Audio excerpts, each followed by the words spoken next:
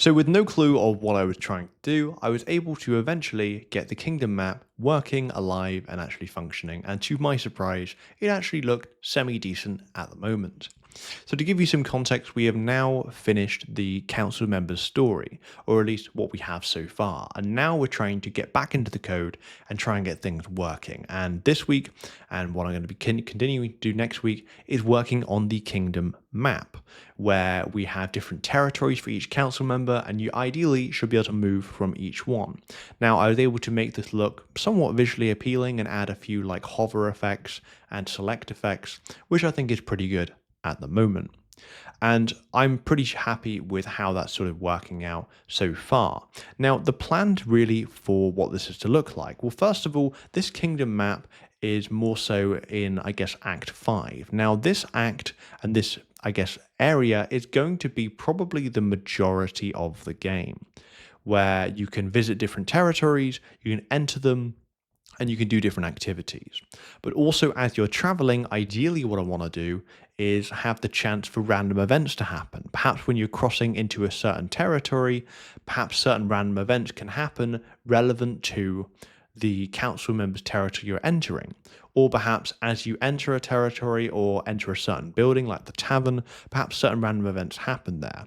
But I want to be able to make a lot of these random events. I want the game to feel alive. I want it to feel just unique and very replayable.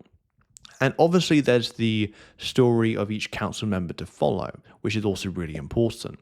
So that's obviously something as well. Now, another thing as well is the council influence.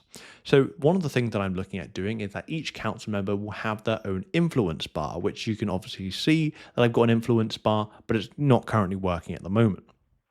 And the idea of this is that each council member will start off with a random amount of influence. It will get capped at a certain point so it doesn't just shoot really high. And the idea is that each council member will give you a certain debuff. For example, the Council of Coin might increase shop prices by 20%. And the Council of War might increase your chance of being ambushed by militia, so on and so forth. And as their influence increases, so should the debuff. So the Council of Coins shop price debuff could get to 30, 40, or even 50%.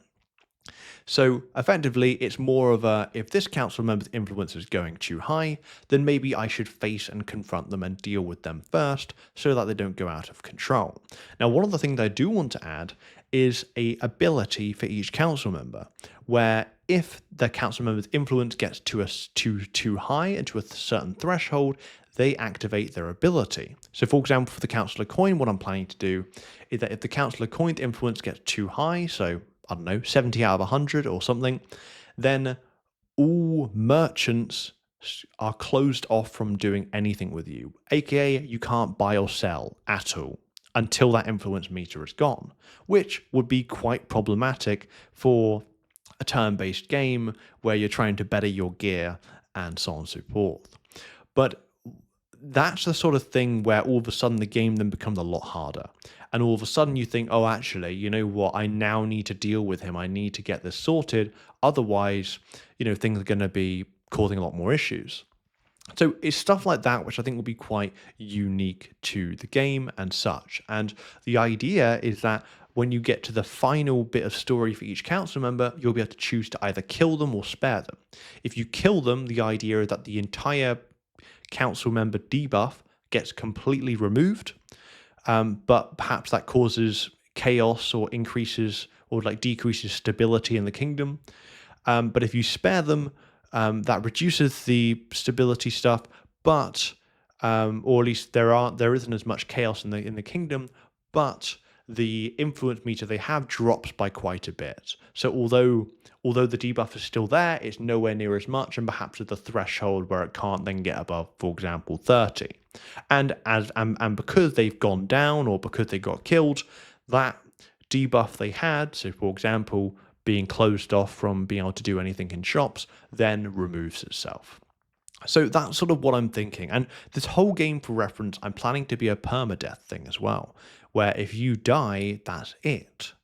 So effectively trying to have a lot of replayability so that players can figure out what's the best thing to do, at different stages of the game.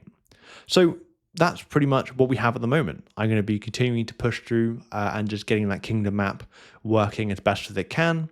And then eventually I'll be implementing the whole travel mechanics and just generally the random events and such that are popping up. So that's pretty much what I've got for this update. If you haven't played the game already, I do actually have a demo out on Steam currently at the moment. It's not as fully updated as it should be, and it is a little rushed because I had to get it out as rushed for the Steam Fest, but it can give you a little snippet of what it could look like. And stay tuned for the full game, which will be coming out by ideally the end of December this year.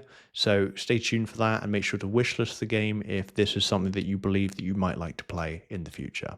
With that said, hope you enjoyed this. I'll chat soon.